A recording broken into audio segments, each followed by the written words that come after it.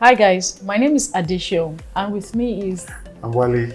we'll be addressing different mails from different people from all over the world.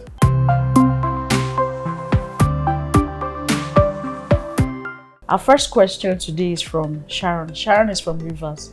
She says, my husband has refused to provide for my mom. Hi, my husband and I got married last year. He usually buys food stuff for his mom every month. I asked him to be buying for my mom too. He has refused, saying who was buying for her before we got married. I'm really angry because it shows he doesn't have regard for my mother. Is this fair? Okay, so it's a very interesting conversation.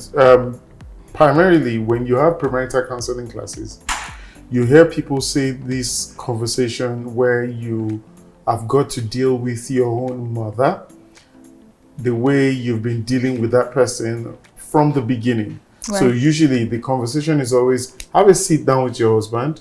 Whatever it is that you start out, you will continue in marriage. That's how it works. So he asked the right question. It must have been the tone in which he answered that got you upset. But to be honest with you, what he did is not out of place. So both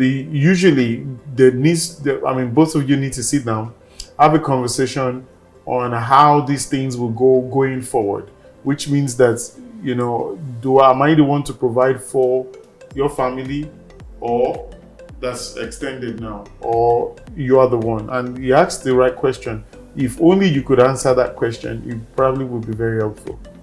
I think that's the best way to answer this particular conversation. It's the same way when you have conflict, for instance. If in the case of conflict with your mother or your parents, what happens is that it's easier for your parents to forgive you when you respond to them than for your husband to be forgiven by them, which is one of the reasons why we say that every single person knows how their relationship had been with their own parents prior to the marriage.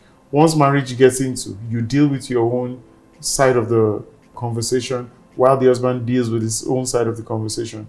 So essentially, and again, it might be that you want to make him look like a good son-in-law, but in the process, there are other intricacies involved. So in addition to what Wale has said, so a third-party obligation or duty is not your responsibility. Because the truth about the matter is, when he made the decision to start sorting out his own parents, probably is as a result of his income, right, or he's actually checked how comfortable or convenient it is. So getting married, his responsibilities are to you, not to your parents. Right. Now, if you want him to extend that grace to your parents, it's now a function of you politely asking. And if he declines, is okay, because really deal with your parents while he deals with ease. So I don't think he's asking, just like Wale said, probably is the tone in which he asked if he was the one responsible for it. Because you can't say, how can you be talking about what is fair and not being fair on a third party? It's not his responsibility. You have to be fair. Yes, you actually have to be fair. He's your husband. You can have that conversation. Is that grace? If he can't, you don't even know, maybe he's making a decision to stop the one he's doing to his parents, or he's trying to renegotiate. Yes. The guy too might be going through it. At the end of the day, guess what? It might even be you sorting out both parents. Maybe you would have exactly. So so a lot of things that we just assume that they are supposed to be men's responsibility, we also can actually deal it ourselves if you look at it. So things that are third-party obligations, commitment or responsibility, do not put it on another person. So I think we've been able to address it to a certain extent. Sharon.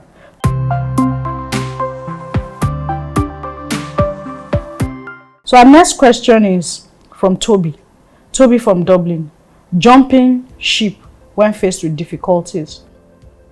Hello, I'm about to start another degree now. What advice will you give someone who jumps ship when they encounter difficulties? Okay, so it's a very simple advice. The simple advice is that every time you jump ship when there is a difficulty, you're going to keep facing that difficulty, which is why tenacity, resilience is one of the things that every person must have as a value system. So if you jump ship on this one, what makes you feel you're not going to face the same difficulty on this new venture, this new degree. Difficulty is everywhere. As a matter of fact, it is on the premise of difficulty that you know what you are really made of.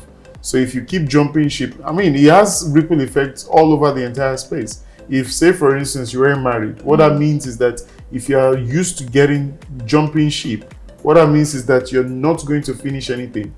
You're also going to, at the sign of difficulty, you are out of the entire conversation. So it has a major effect on one's life going forward. So you've got to follow through. There is a joy at the end of the entire conversation that helps you to build strength, that helps you to build capacity. This capacity is what you need in surviving or surmounting every problem. The world in itself is a difficult world, and it's usually not meant for the weak. So you build it, you build muscles. One of the reasons why you go to the gym as well. You go to the gym to build muscles. It's never going to be a rosy time, and so is life. I hope that helps you. Yeah, where is evil jumping to? You jump and jump back.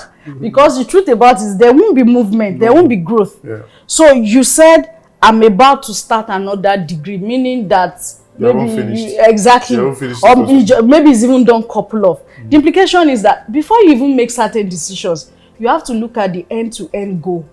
Because you want to start a degree, it's not for free now. I don't think it's scholarship. I don't think it's free of charge. So before even making that decision, you already know that you would actually meet difficulties for anything, any project, whatever so you must have it at the back of your mind that difficulties will come.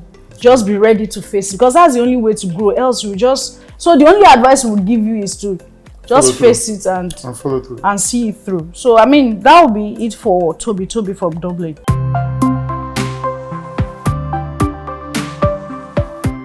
As last mail is from Olive. Olive is from Lagos. Olive says, my brother beats my husband because he slapped me. Hi. My marriage is on the verge of breaking. Last week, my husband and I argued, and in the heat of the moment, I abused his mom. He slapped me, and my face swelled up when I went home. My brother saw my face, then got 2 boys to beat my husband. I got back home, and my load is outside. I love my man. Please advise. Okay, so under no circumstance will violence be accepted. Under no circumstance, and that's the truth. Whether in the case of in the case of your brother beating up your husband, or even your husband actually lifting his hand against you, it's not acceptable in any way or in any form. Howbeit, this particular conversation transcends the violence that is going around. There is a value system that has been eroded, which is the fact that both parties don't even think that the beating aspect from you being beaten is wrong or is even not acceptable, or your brother's actually coming to defend you. You're all right. It's like, because in the process, if somebody had died, you wouldn't actually be saying you love your husband. It won't be a conversation again. If one slap had ended you up in a coma, for instance, you won't be writing to us. So it's actually not acceptable. What that means is that there is, in the long run, this entire conversation still goes back to the fact that there is a need for anger management conversation, whether in terms of a therapist or whether in terms of prayer, which means your husband needs to know that this thing is not acceptable. And if you ask me, if he is not remorseful about it, what that means is you have launched yourself into a life of beating. So it's not only you loving him that is the issue. There will be that repeated theme about you being slapped regularly. And of course, even for yourself, you need to own up to you being abusive in terms of verbal abuse over your husband. So it's a network of challenge, all right, which has to be dealt with properly. And how to deal it is, you have admitted your own aspect of it, ask for forgiveness, and pray to God for wisdom, that your husband's mind can actually be disposed to you, and even him understanding that every party involved needs counseling and needs some sort of intervention. Yeah, so it starts from you actually, Olive. So in the heat of argument, you abused your husband's mom. Why are you You know, I mean, sometimes some things happen. Sometimes there's argument, there's a fight, but you know, when you now drag another party, especially somebody that's a sensitive person, and then somebody that you know on a normal day you should respect, Right. you know, so it starts from you. You really need to put yourself, you know, Check. yes, you have to check yourself. There shouldn't be any form of argument that will now lead you to that, and then it now leads you to that. Your brothers now saw you. They now went to your, I mean, that's disrespect. So just like he says, a chain of WWF happening around both families. And I think there should be some level of restriction, decorum, a whole lot of conversations with your family, with your husband, with your brothers. Your brother should stay clear. Out of your marriage. Out of your marriage. They should stay out of your marriage. I've actually seen another issue that I resolved some years back. Same thing, something similar happened. The guy beat up the wife. The brothers beat up the guy. The guy threw out the lady. So, I mean, I was being called to have that conversation. And now she's single, Right. you know, and the guy has moved on with another woman. But, I mean, he made two wrongs will never make it right. Absolutely. You know, if he stopped at a certain level, we could actually hold a conversation and say, okay, don't do it again, apologize. But it's now a multiple, there's now a ripple effect. So let's thank God that yours is just still on the verge of breaking. It's not like it's broken, so it's still redeemable. Right. I mean, God is merciful. Everybody can come into terms. So you should actually get it straight as a woman in a home.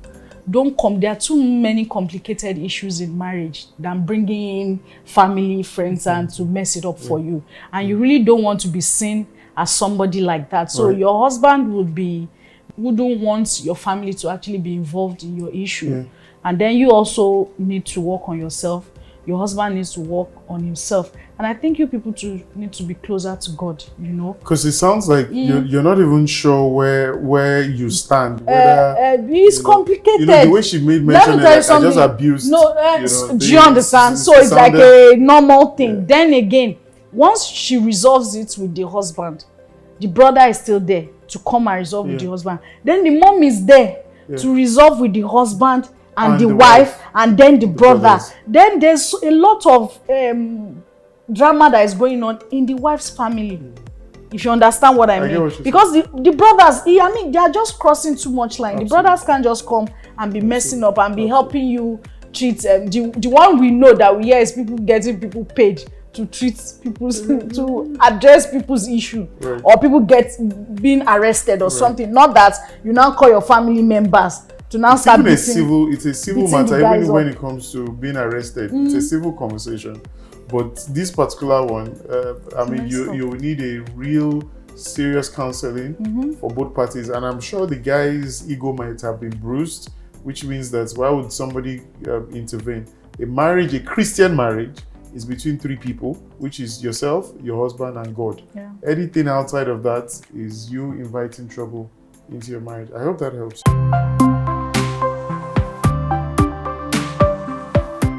Yeah, so guys, that will be all for this episode of Mailbox. Till next time, my name is Adesha. And I'm Wale. Thank you.